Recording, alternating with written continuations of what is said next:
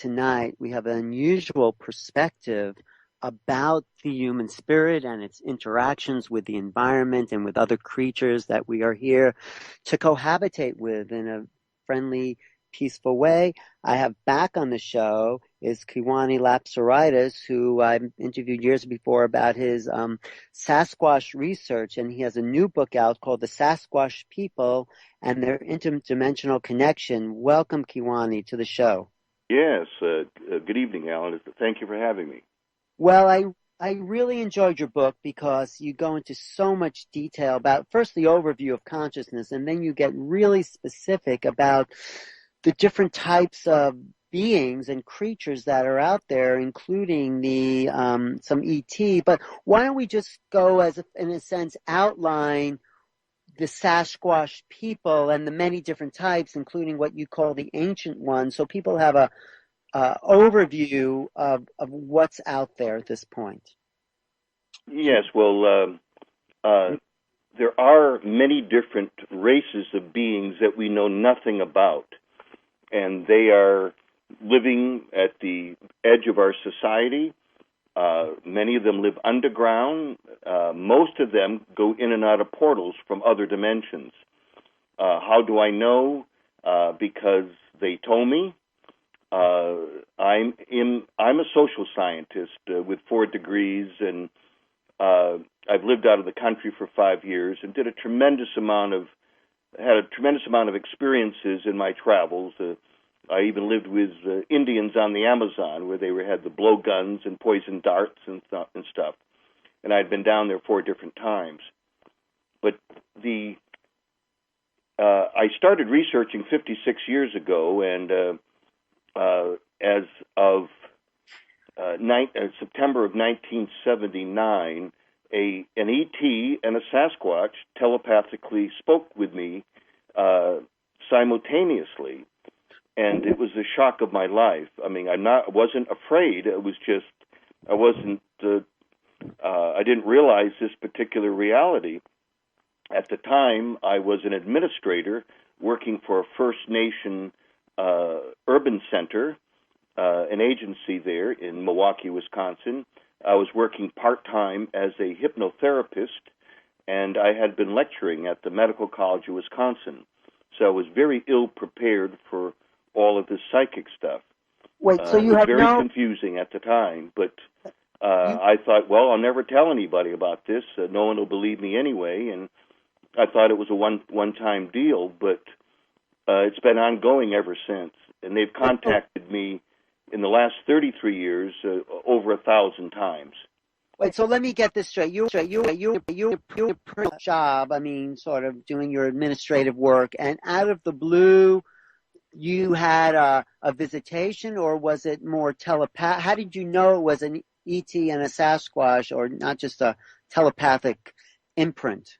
Well, I was on a farm at the time, and the Sasquatch spoke to me first and told me who he was, the Sasquatch man, and he spoke in a slightly broken English, and so I could tell, that what he was saying, and then I didn't believe it. What was happening? I just thought this is a fluke, and it has nothing to do. In other words, it really didn't happen, I thought. But you were hearing it telepathically, right? You were right. It was.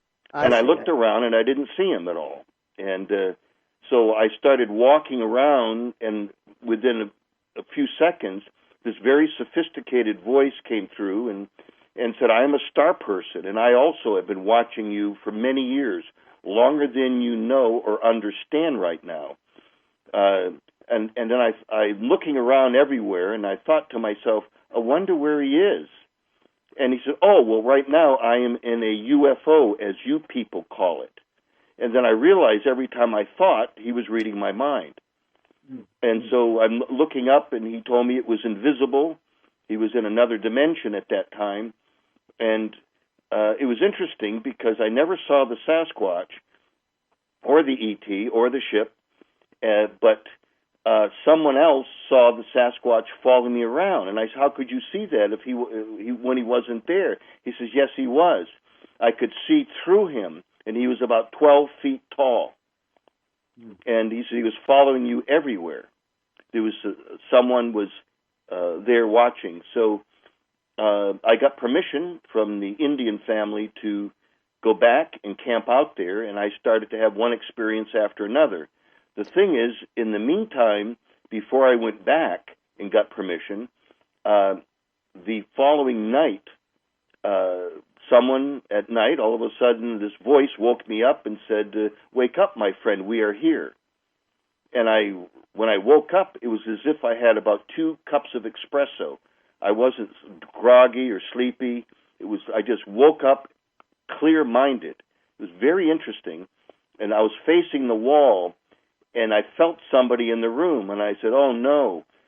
Someone's, broke in and is burglarizing me, and he's being funny and saying, 'Wake up, my friend,' But when I rolled over, there was a Sasquatch standing there, and I could see right through him. This is right in my bedroom. They've done this hundreds of times since then, and they've done it hundreds of times to other people, too. So they're interdimensional beings, is what you say in your book. I mean, they're very physical, but they also are hyper-physical. Yes, they have access to other dimensions, 8 different dimensions. Because in some of the stories you say in your book, they sound like they're, in a way, some of the ones who seemed a little desperate for survival. They were digging roots, and they were, there was some scarcity of food for some of these Sasquatches. So maybe there's levels of spiritual development among the different races of Sasquatch. Is that possible? Well, I could say yes to that, but they're all very, very spiritual, other than there's a few rogues that do not like us because they've been shot at, wounded, the members of their family have been shot at, and that kind of thing, and they don't want to give up their secret, that is, information about them, because they're threatened. The population of the world has mushroomed, and a lot of the land is being taken over. So now, they'll come to the edge of towns and patches of woods, living in somebody's backyard, and they don't even know they're there. But it does seem so unbelievable, and I'm not doubting their existence, but that no one has ever captured a live Yeti that the public could see. I mean, I guess yeah, go ahead. Well, I mean, what if they want to capture one of us? Would you like to volunteer and see what they do to you? No, I think I'm being facetious. Now, I'm trying to make a point. Yes, they're trying to catch him, but they have psychic ability to read when somebody's coming into an area, especially when they use maps and say, this area looks good, and there's several people focused on that area that are going to go out there with guns or cameras and all this stuff, and unwittingly, on an unconscious level, those researchers are telepathing to the Sasquatch in that area, forewarning them that they're on their way. They're going to be there. So they leave, right. Or else they're on guard, and the people walk around them and look everywhere. No, they're not here. I don't know why, and they're right there all the time. They just don't want anything to do with them.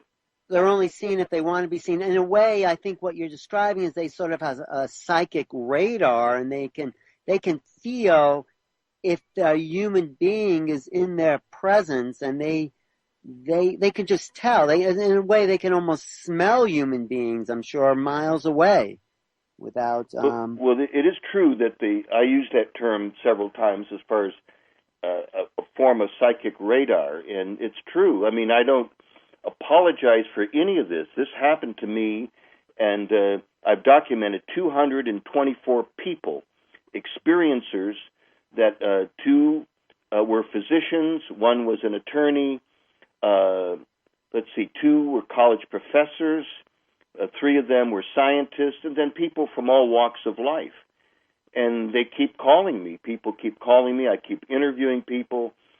People come down all the way from Canada, 3 days from northern Canada, to come down just to meet me because the book affected their lives and put in perspective what these people were experiencing.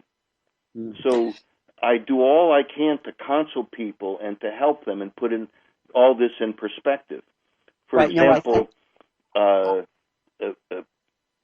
2.5 years ago, this woman called me, and she was had high anxiety, and she was a registered nurse calling me from Colorado, and the Sasquatch were coming into her place, and she was afraid, and she called some other people in some of these Bigfoot centers and stuff, and they told her, oh, you got to put up cameras. And I said, no, that isn't what you do. You don't put any cameras up. If you do, they'll go away. They know if you have a camera or not. And she didn't believe me. I told them the telepath. She didn't believe any of that. But she was very friendly, and it took me an hour and a half to calm her down. We talked for 2 hours. And then she called me back 3 weeks later, and she said, you know, you're right. I said, what do you mean? And she said, about the cameras. She says, I bought a camera and put it up, and they disappeared. When I took it back down, all of a sudden they were back again. And I said, yeah, that's how it works. And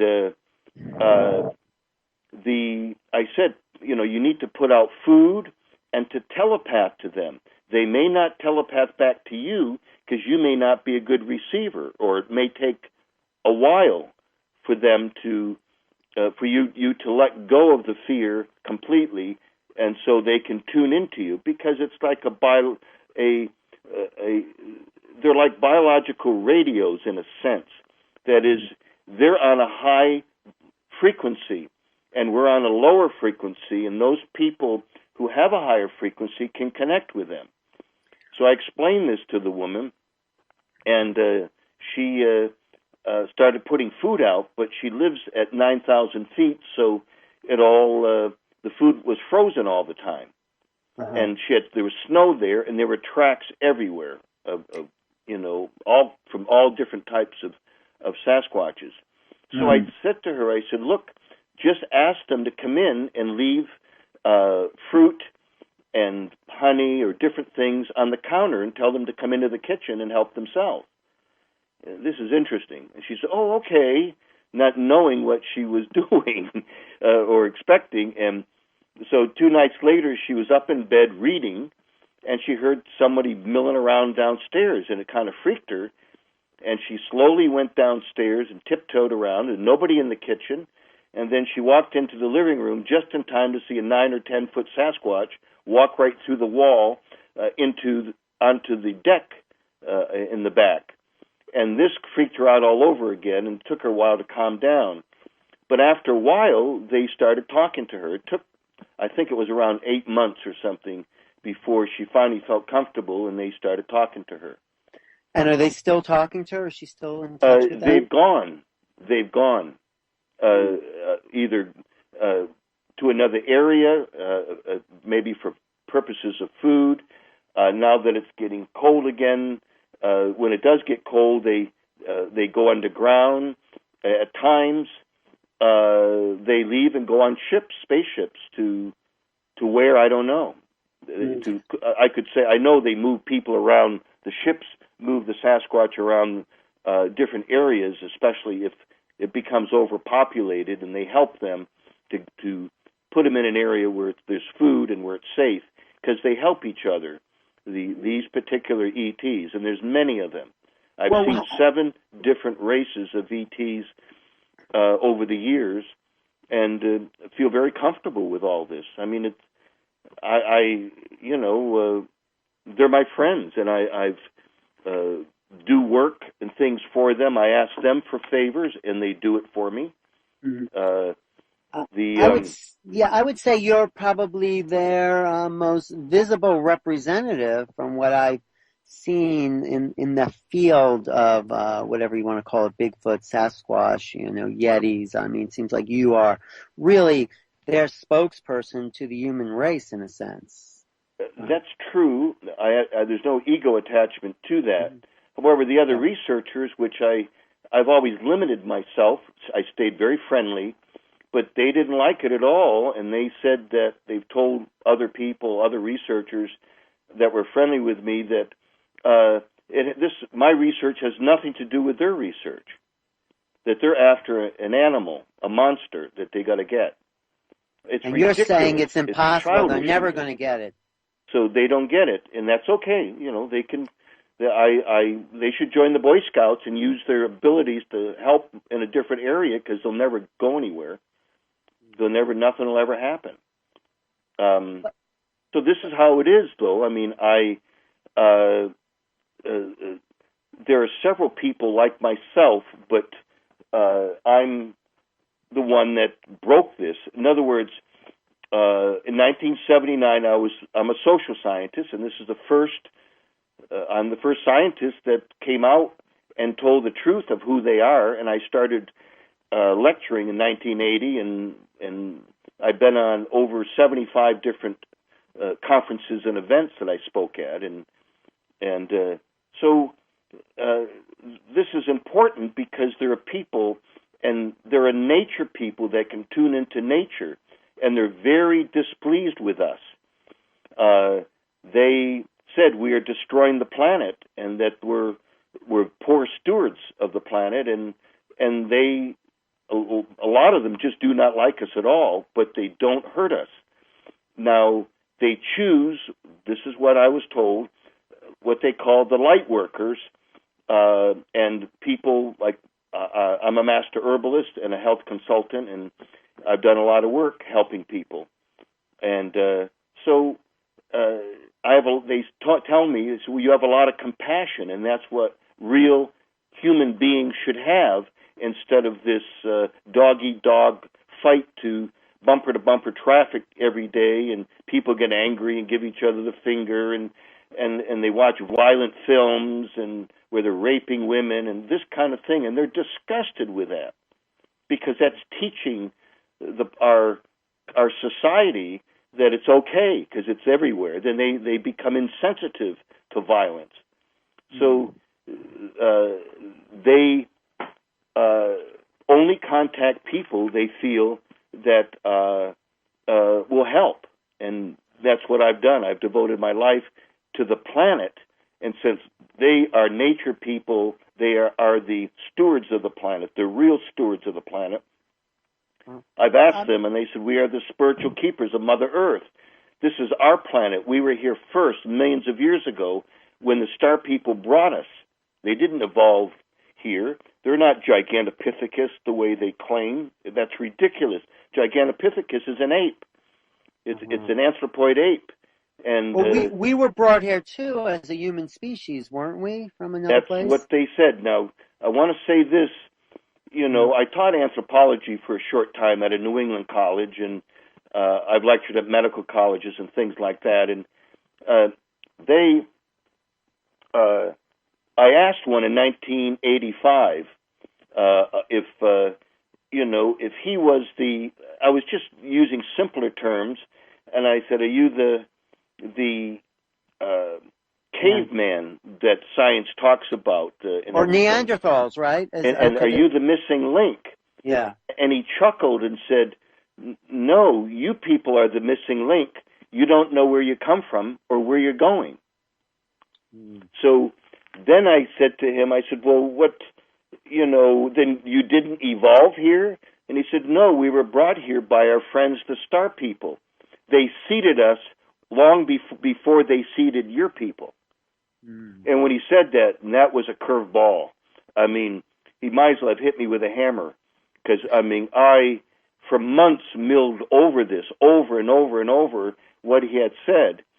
And then a friend of mine, I was living in Oregon at the time, and a friend of mine in Seattle sent me Zecharia Sitchin's book, who's a Middle Eastern scholar and linguist, and who deciphered, the only one that completely deciphered the Sumerian cuneiforms, that is, they're like they're hieroglyphics, you might say, and that it's all described there. The whole thing of, when they talked about the gods, the Sumerians that came down, they keep visiting them, that was true, but they weren't gods. They only saw them that way. They were the ETs that genetically engineered them.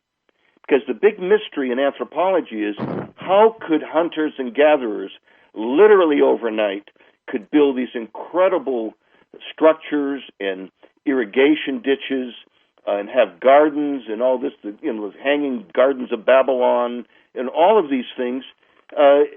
who taught them? Well, nobody taught them. They just kind of caught on. They somebody, had a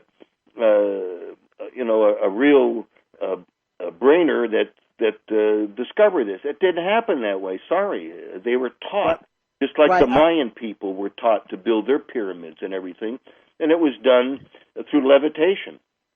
Right, I believe that, and I looked into that on the show as well. I mean, another species that have been brought here are the whales and the dolphins, I heard, from other planets. But you don't go into them. And they're just as psychic and telepathic as I'm sure any of the conscious sentient beings on the planet. But do you go into that at all? Yeah, when I was snorkeling in about 50 feet of water in Hawaii back in 2005, I was over there for a month, and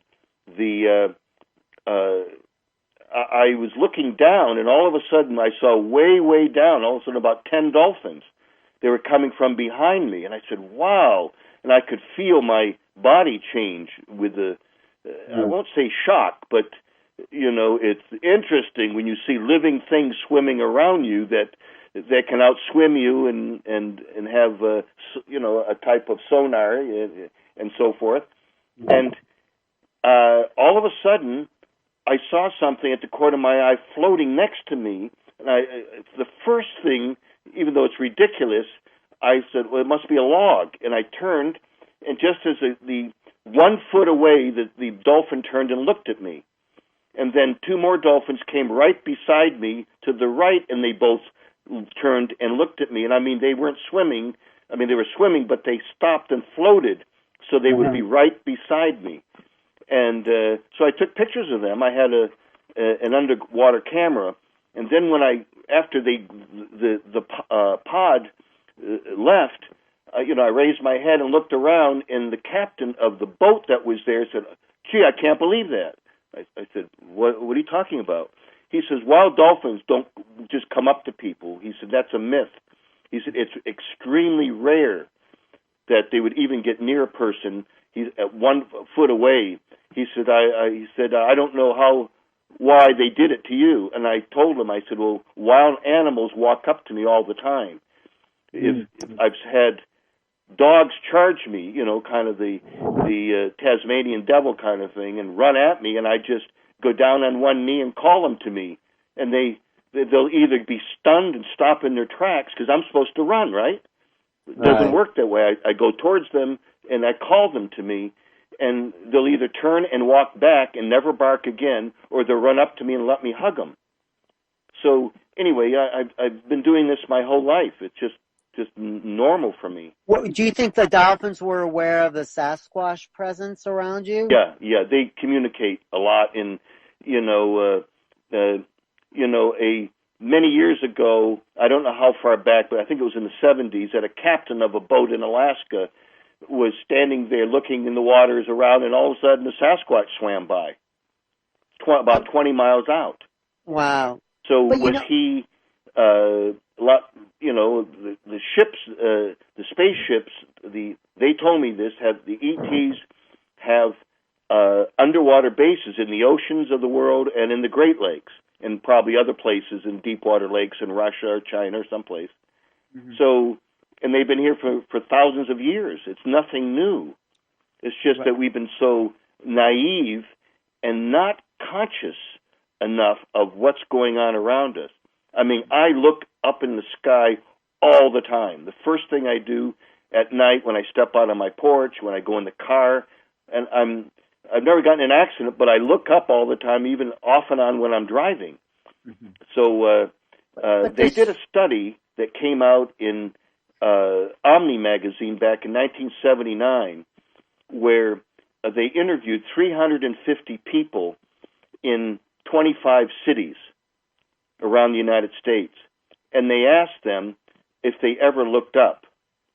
And statistically, it surprised me, not one person said they ever look up. Well, I look up all the time because I know, I feel my ET connection. But what's the relationship between ETs and Sasquatches? I mean, and also if Sasquatches are interdimensional, why do they need to look for food in people's homes. Hold on. One question at a time. Okay, sorry. Yeah, Hold on to that second question. There's so many questions come through my mind listening to you talk. So just let's go into the ET. Yeah, the Sasquatch are terrestrial, extraterrestrials. And the thing is that they don't have technology. They may have some that I'm not aware of, but as far as I know, they're not interested in technology from everything they said and I experienced. And but they make reference frequently to their friends, the Star People, and they have meetings with them. And they pick them up on ships, and at a great deal of the time, there's Sasquatches that, they help each other, that do the heavy mining work because they're so powerful. I mean, they can flip a car with one arm, easily. Nothing to it. But they can lift, I don't know what they're mining, but I told a woman 1,200 miles from here in southern California, if she went out to a certain area, and I marked it on the map, that she'd have a Sasquatch experience. And I said, but stay away from this area here, and I marked it. I said, because there's spaceships landing there, and there's 2 Sasquatch working with them, and there'll be ships going back and forth. Well, the woman agreed. She was very friendly and polite and all that, but later she told me she thought I was completely nuts. So, but she wanted to prove me wrong, and she went out there, and there were spaceships. Over the phone later, she was going, oh my God, the ships are coming the exact spot that you marked on the map, and they were going back and forth, and oh my God, and they were real low. It was obvious that they were spaceships. And she was sitting around a fire, because it was in January, and sitting around a fire, and a Sasquatch came to the edge of her camp. So here, she only spent a Saturday night camping. She was just there a few hours, saw the spaceships and the Sasquatch that came to her. And here, researchers, 20, 30, 40 years, even 50 years, some of them, and they've never seen a Sasquatch or had an experience other than finding a few tracks. Could it also be that after Sasquatch dies, that the ET maybe takes up the bones? Could that be why there's not been many bones found of Sasquatches around? There's not many bones. There's no bones. Yeah. So they what bury happens their to dead, the bones? And they put gigantic boulders on top, so they could never be moved. But there must have been thousands or maybe millions that have lived since, millions years ago. They can't all have boulders on top of them, do they? Well, yes, because they'll go and find, if one dies and they're not telepathing back to them, they'll go and look for them. A few have been hit by cars. Oh, and really? I don't know how they do it, but they quickly remove the bodies. And they have the ability to shield, to cloak themselves. So there's things they can do that just because they have hair and they're giants and they look, ape-like, people label them, just like they did with Afro-American people. They did it to the Chinese that came here. They labeled the First Nations peoples savages and those kinds of things, while the white Europeans that came here were going through their camp and killing women and children, even, and old people, and then they were labeling Indian savages. There's something wrong with this picture, and they're still doing not exactly that, but it's I have to call the racist card kind of thing, because they're being racist towards these evolved beings just because of their looks. Right. So the Sasquatch are probably more intelligent than most people, more sensitive, more aware, more evolved in general. Precisely. They're extremely evolved, and they've told me, I've discussed herbs with them about which herbs to use and so on, and I know herbs from Tibet, from Africa, China, the Amazon, and they're discussing and telling me about herbs on the Amazon. And I'm thinking, that's interesting, but how the hell did he know that? So they're very, very intelligent. And to hear them speak and especially the older ones that are very, very wise. It's a pleasure. It's an absolute pleasure. It has nothing to do with fear or anything other than it's really special. Right. So it sounds amazing. So would you say the life of a Sasquatch, are they content, except for the kind of threats they have by human civilizations? What's their like everyday existence like that you can tell? I really can't answer that fully, and I it would be more speculation. I've asked them stuff about it, and they kind of chuckled and brushed me aside and said, "Well, we can discuss that some other time about what we eat and stuff." That's so trivial to them. They said there's more important things to talk about right now, so let's not discuss this. And a couple of times I tried, and I couldn't break through that. But they told me that sometime soon, in the next, they didn't say exactly, but in a year or two, they are going to take me, and I'd be living with them. Wow, that's exciting. That's amazing. But let's also get into how many different types. You talk about the ancient ones. Can you talk about who they are in relationship to the Sasquatch? Well, the ancient ones, I remember referring to them as the Sasquatch, and they said, "We are not Sasquatch, we are the ancient ones." And the ancient ones have human faces. Even the women many of them are beautiful, with green eyes, and, they'd be very tough competition, just the face, of course, with Miss America. I'm telling you the truth. Uh-huh. So they have hair, though. Their heads are round like ours. Their arms are in proportion to us, but they have hair all over their bodies, and the women have hair, of course, all over their breasts. But the Sasquatch people have ape-like faces with a conical or sagittal crest in back, where their head comes up kind of torpedo-like. They have long arms down to their knees, and, of course, hair all over their bodies. But don't be fooled. People see them and, oh, my God, look at that monster kind of thing, and they're not. They are a people, and as long as you're friendly to them, they're friendly to you. The thing is, I'm very friendly, but don't break into my place. Don't camp out on my doorstep. Don't threaten me with anything, because I'm not going to let anyone harm me. Why should I? That'd be ridiculous to let that happen. They're the same way. They're just protecting themselves at times by scaring people out of the area or throwing rocks at them, even though they've never hit anyone that I know of.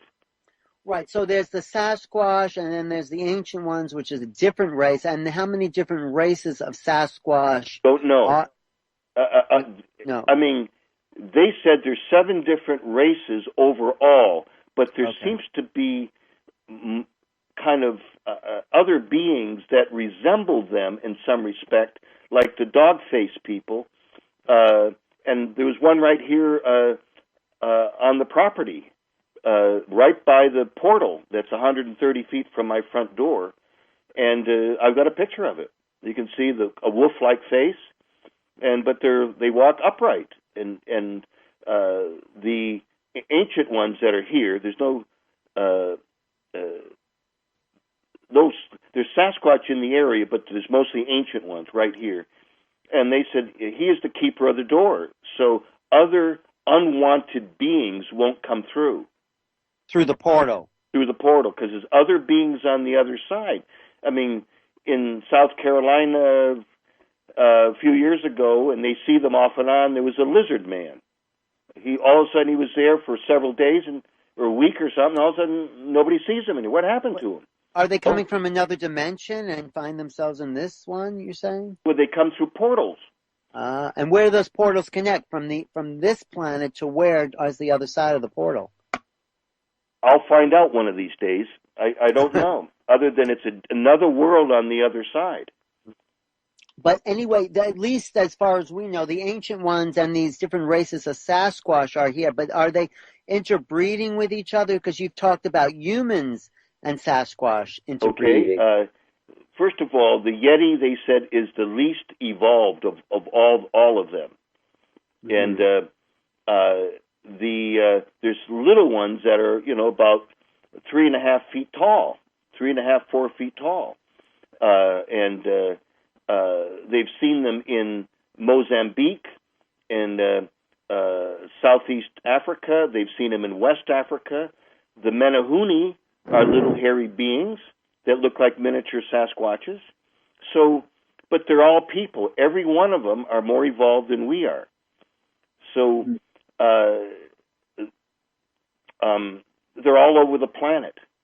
And as far as miscegenation, that is interbreeding, I asked Haloti, who is an ancient one. She's right around 35, 36 years old from what she told me. They don't keep track of, entirely of they don't have birthdays, in other words. So, but she told me when she was born and the time that the white flowers came out, the first white flowers in the trees. And this was down in Oklahoma, and that's when the dogwoods come out at the end of March. Okay. So, anyway, she said each one of them have their own language, even, and that I asked if they interbreeded with the Sasquatch, and she said it's rare, but once in a while that does happen. And a woman named White Song Eagle out of Indiana that wrote a book a couple of years, 2-3 years ago about this, her to Luke, who was her contact, was a Sasquatch, but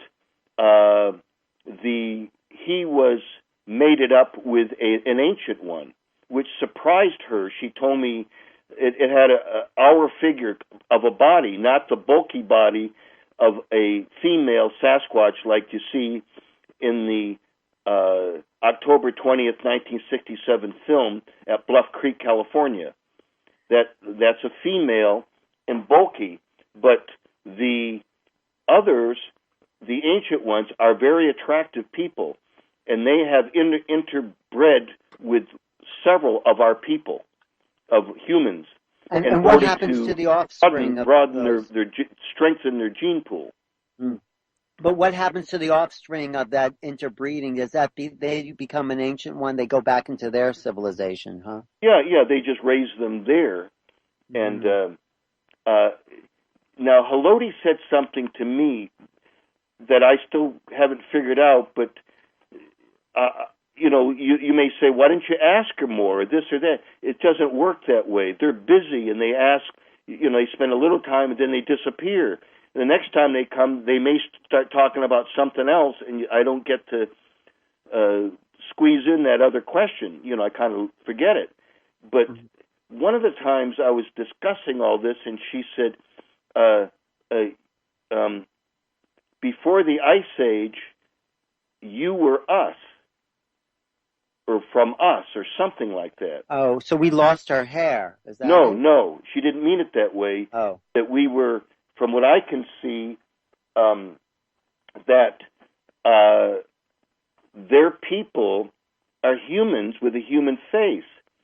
So I don't know. This may sound bizarre to any listeners, but you must understand there's a breeding program going on, just like we have breeding programs for our wildlife and for fish and everything. So I've never had this confirmed, but maybe we may be across from an ET and them, and the ET simply took out the hair and gave us more of a muscular body rather than... Oh. Because I think there's a breeding program going on with humans and ETs as well, where they're trying to genetically Right. splice. There's several of them, yes. Mm-hmm. Oh, I see. So you think possibly we were originally ancient ones that bred with some ET genetics. That's an interesting perspective. Something like that. Now, again, I'm speculating. They didn't say that, and I haven't had a chance... I'm not thinking of that specifically when they come, because they just don't sit around, have coffee with me in the morning, and I interrogate them. It doesn't work that way. I've made suggestions to them even, and what they said to me is, Kewaunee, they said, please keep in mind it is us who are guiding you, not you guiding us. Mm. In other words, they're in control. But what's it all about that you that you figure, okay, the ETs are coming back and forth. Obviously, there's something here, and there's some evolutionary leap that's happening, 2012, and these Sasquatches and these ancient ones are going about some major business. I mean, it all seems to be working on some galactic level that's beyond our planet, right? Do you get that? That's absolutely true. I mean, I'm just getting, tidbits of this, so I can't completely answer your question, and I'm doing it the best I can. And no, I know. No one knows. Let's just guess. Let's just hypothesize what you think with your, educated opinion. Yeah, I mean, even a ancient one, and she was absolutely beautiful, approached me and asked me to make love to her. And this was in September of 1989 in Oregon. Mm-hmm. And she was so beautiful, but I had just 2 weeks before had a broken engagement, and I was deeply depressed and not interested. And, it would have been interesting from the standpoint that in having that kind of a closeness and interaction, and she said she came through the portal and all this stuff, and maybe she was trying to heal you, or the emotional thing. You can always give her my number, but maybe she was trying to heal you. Well, I mean, I jokingly said several times when I was lecturing, I said, well, basically, I should have gone ahead and did it strictly for science. Yeah. Of course, that doesn't go over too well with the ladies, but I'm just. No, I like it. I like it. Yeah, it's just funny. Throwing out a little humor. But she insisted. And I said, "Well, I'm busy helping someone right now. I didn't get into the broken engagement." And she said, "Well, it is nice to help others, but I am lonely, and I like you, and I want you to come up into the mountains here so we can make love and that kind of thing." And she was about 5.5 feet tall. She was young. Wow.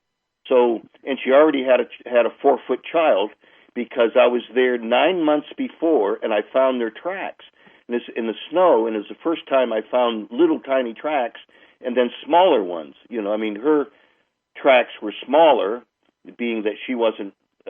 She was. I don't know how old she was. She could have been 18 or 20. I really have no clue. But is it possible for them to be lonely if they're so telepathically connected to each other? I guess they could be, right? Yeah. Of course, obviously, because she told me. Yeah, I guess so. But let's look at the big picture. I mean, that's an amazing story. But okay, so you're in touch with the ETs. What do you think? And of course we don't know. But if you could put together some kind of scenario that some evolutionary leap is happening, and it's time that this knowledge about the Sasquatch came out, and the ET connection and this interdimensional awareness seems like it's building towards something.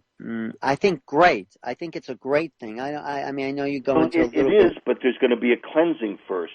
The Hopis call it the Great Purification, but the Sasquatch call it the Sacred Purification, and that's interesting. They said that there's going to be tremendous upheaval. Now, 2 weeks ago, they said any time now, any day now, between now and the end of the year, it's a 90% chance that World War III would start. That's not good. But they said that. Later, there's going to be volcanoes going off, and, I don't want to sound like Dr. Doom or anything. I'm just relating what they said. And it does match up to prophecy.